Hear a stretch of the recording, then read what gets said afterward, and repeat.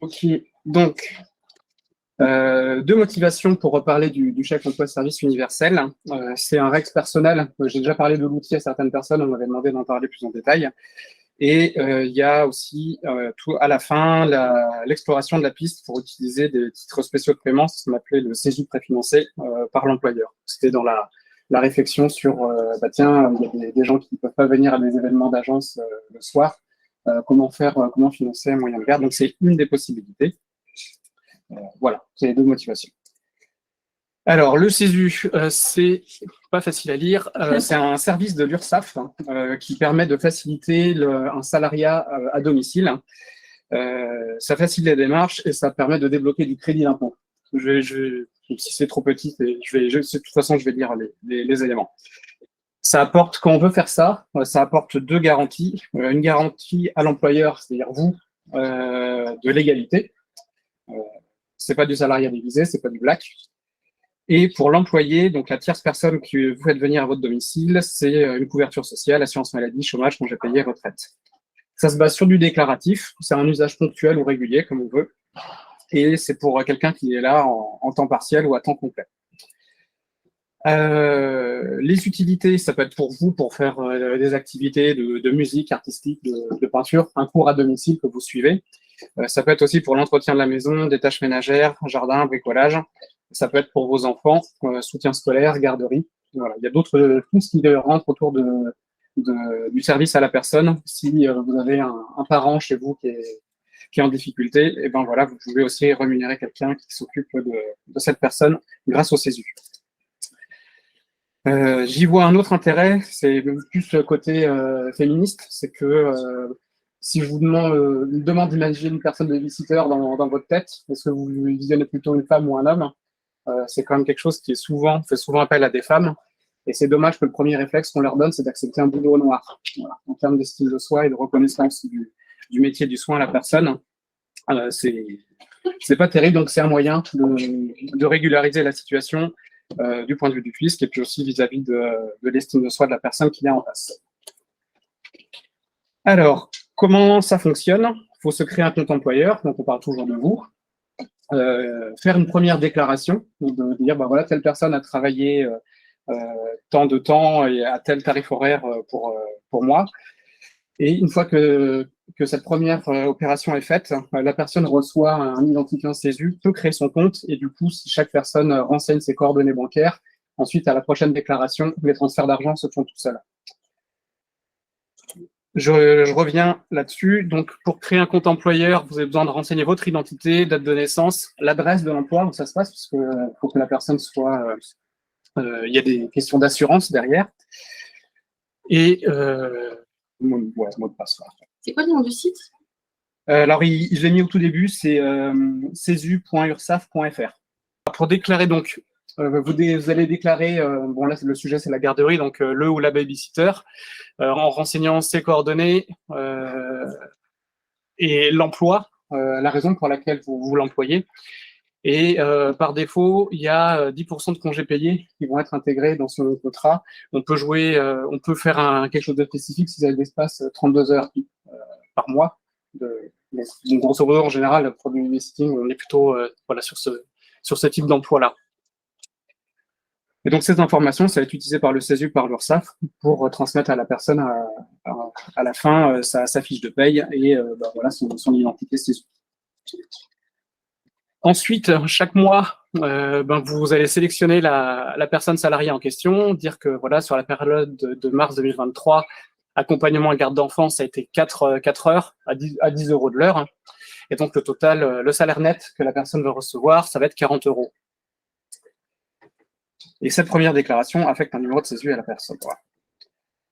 Ensuite, suite à cette première déclaration, la personne salariée peut créer son compte. Elle en a peut-être déjà un, auquel cas, du coup, la mise en relation est faite. Où elle va renseigner son numéro de CESU, son nom, son numéro de sécu, et puis pareil, des informations de contact. Et alors maintenant, on peut aller plus loin du coup pour éviter de donner l'argent à chaque fois, soit un chèque, soit en liquide, soit en bitcoin. On peut s'arranger pour que les flux d'argent passent par le CESU+. Donc, ce que ça va gérer comme flux d'argent, c'est d'une part salaire et cotisation sociale. On fait l'opération, la déclaration en fin de mois, et tout le calcul se fait tout seul, ainsi que les flux. Donc, il n'y a plus que la déclaration à faire en fin de mois. En prérequis, il faut qu'il y ait eu d'abord un premier paiement classique pour créer la connexion entre vous et la personne salariée. Il faut qu'il y ait le souhait commun d'utiliser le CESU+. Pour nous, en tant qu'employeur, ça facilite les choses. Pour la personne employée, ça veut dire que l'argent arrive qu'en fin de mois. Quand on est étudiant, ben voilà. C'est pas un prérequis très fort, mais voilà, il faut que les deux personnes soient d'accord. Il faut que chaque personne renseigne ses coordonnées bancaires pour que les flux d'argent soient enregistrés.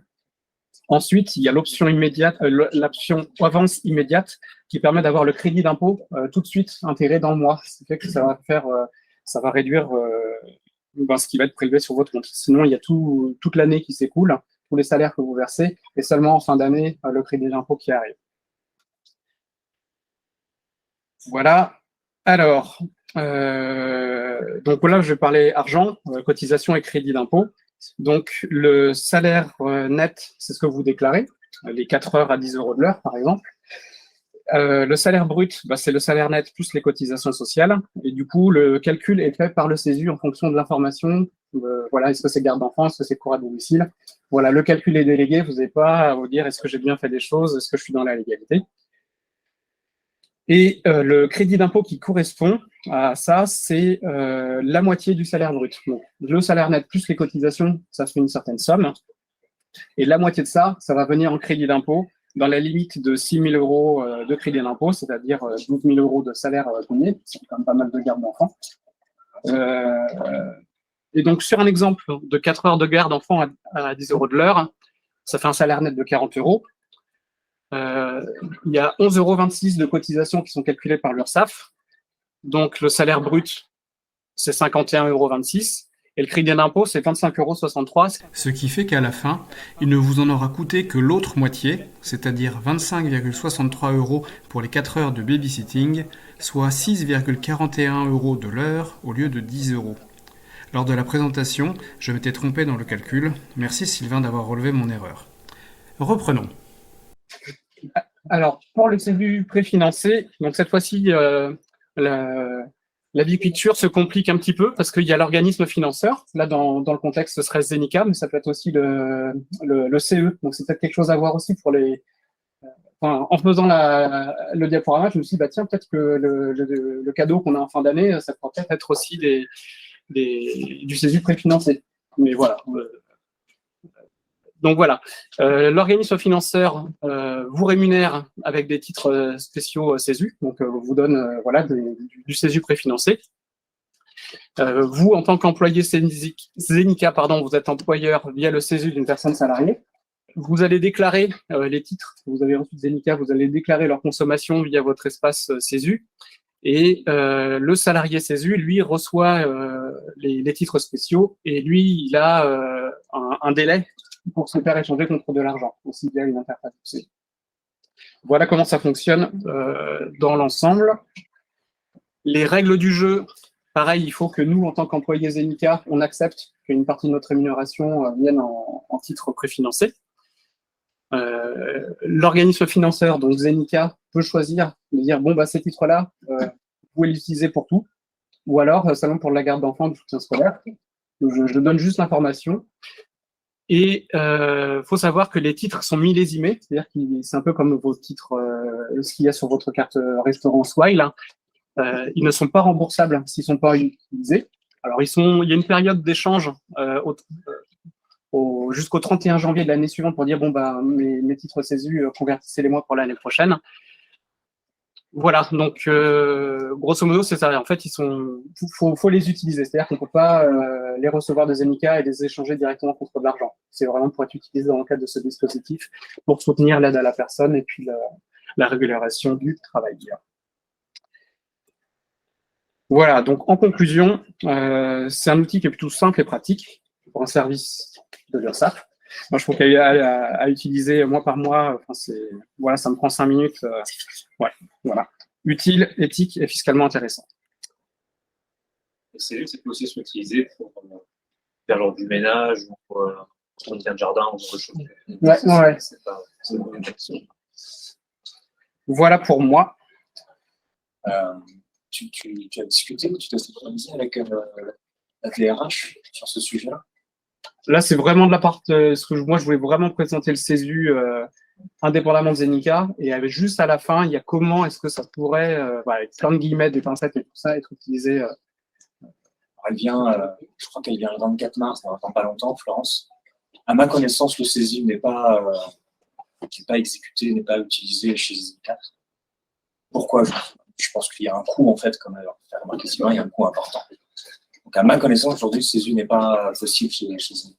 Ah, ma remarque sur le coût employeur, c'était nous en tant qu'employeur, c'est pas le coût dans Zenica. Je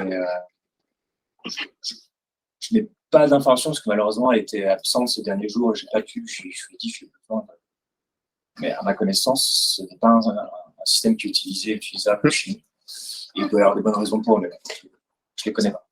Mais en tout cas, tu peux tout à fait l'utiliser en dehors d'un accord avec ton employeur. Ouais, c'est vraiment la dernière diapo sur les titres préfinancés.